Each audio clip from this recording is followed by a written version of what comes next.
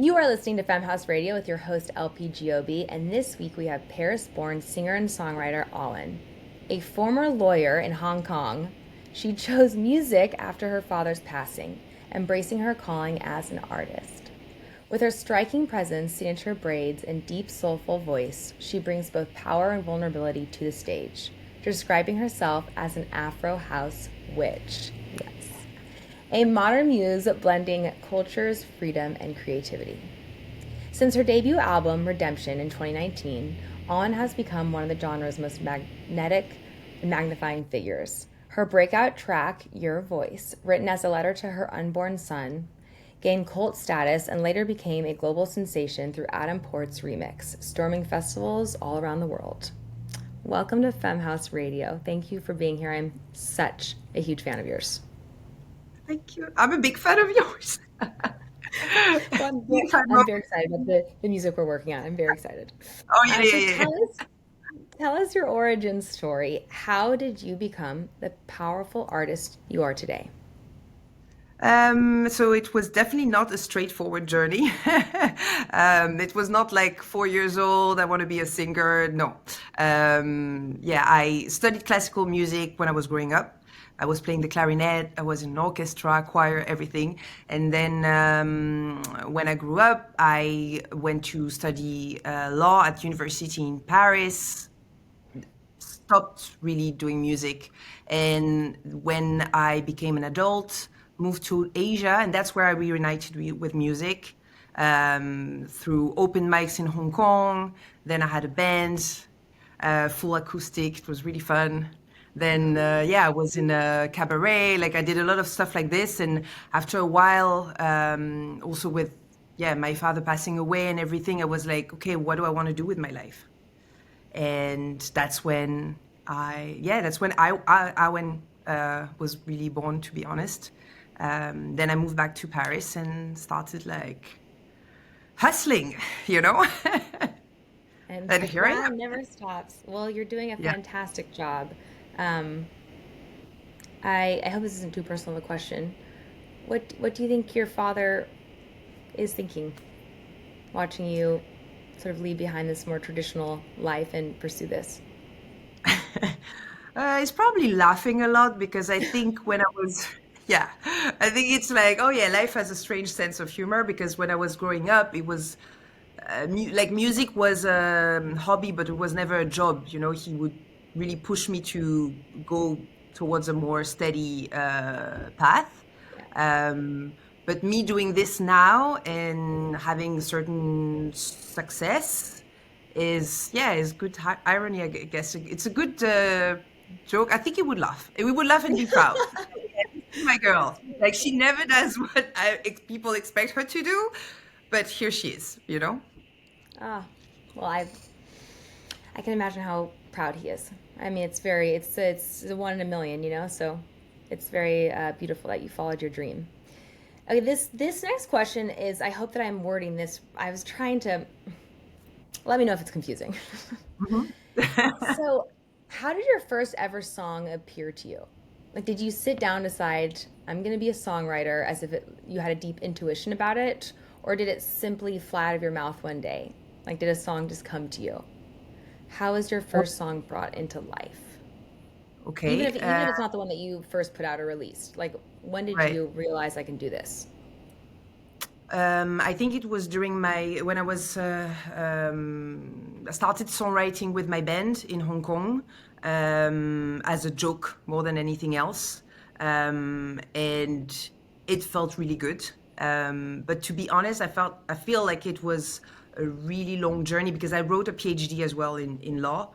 And I think that me writing this PhD, yeah, I know. Now it sounds a bit like why, you know, like why would you do Or that? extremely impressive.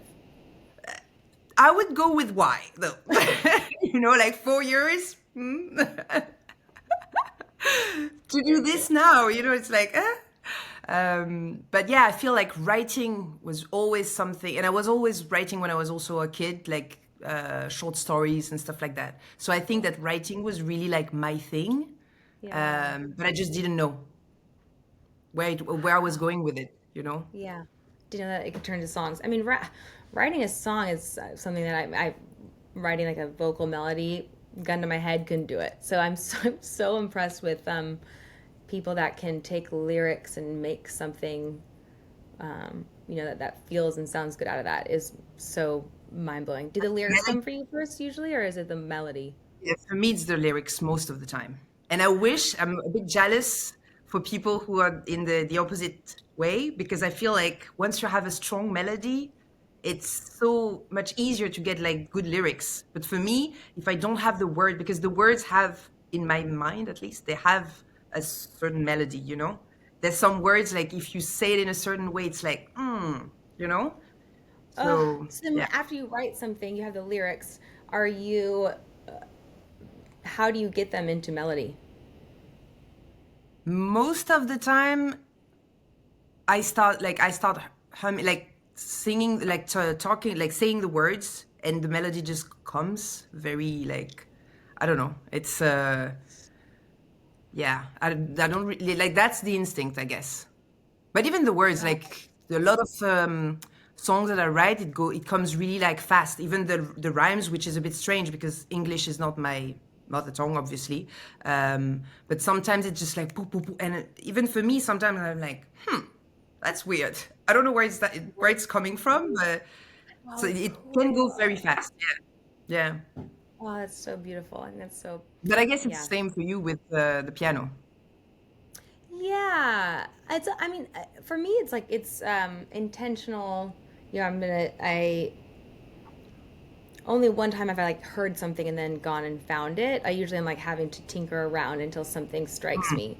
But the people that just, I don't know, hear things, I'm like, that always blows my mind. It's like Or I'm maybe, working through it.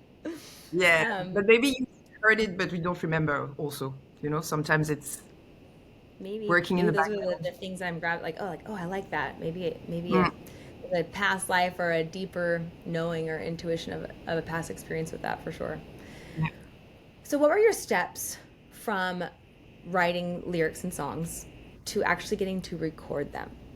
A lot of people who are fans of Femme House and students of Femme House, a lot of, the questions that I usually get is, okay, I can, they take our courses, they're producing music, and then it's sort of, now what? Like, how did you actually record your first song you released?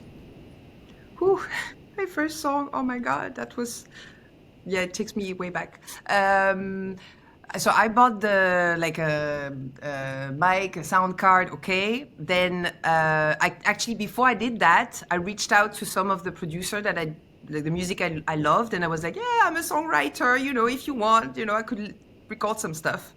And one of them replied, and that was Floyd Lavigne.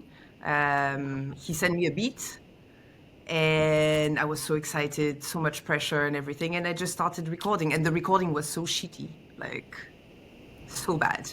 Oh yeah, Um, you're self teaching yourself all of that at this point. Just how to yeah, record yeah, a. yeah, yeah. Asking around, like, how do you do this? How do you do that? It was really bad, but it worked out. You learn, you do.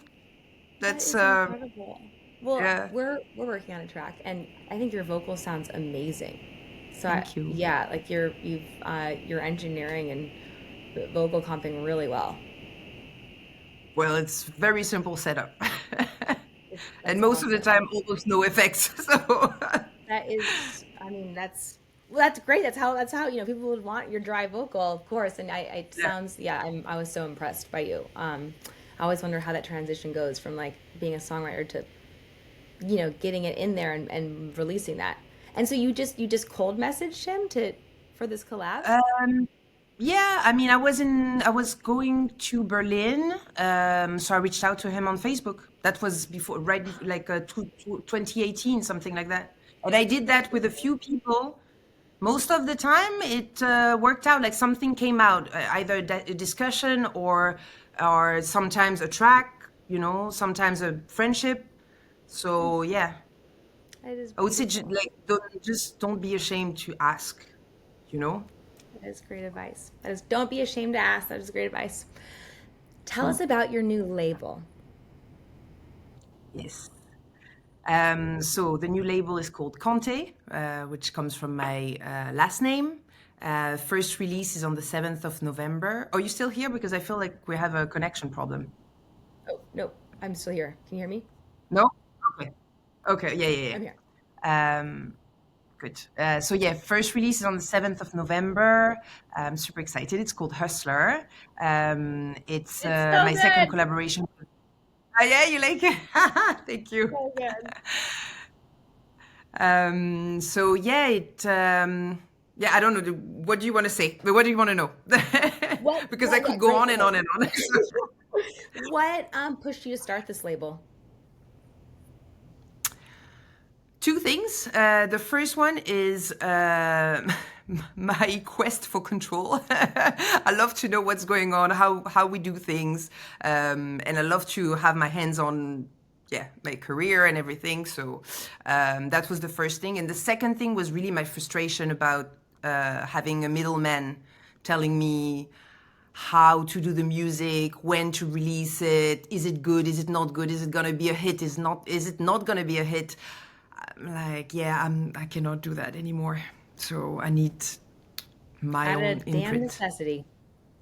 I love that. Also, you just said quest Yeah. for control, which feels like it's a song Oh, lyric that sorry, is you're waiting to cutting happen. off a little bit. You know, my Wi-Fi is so bad. Hold on.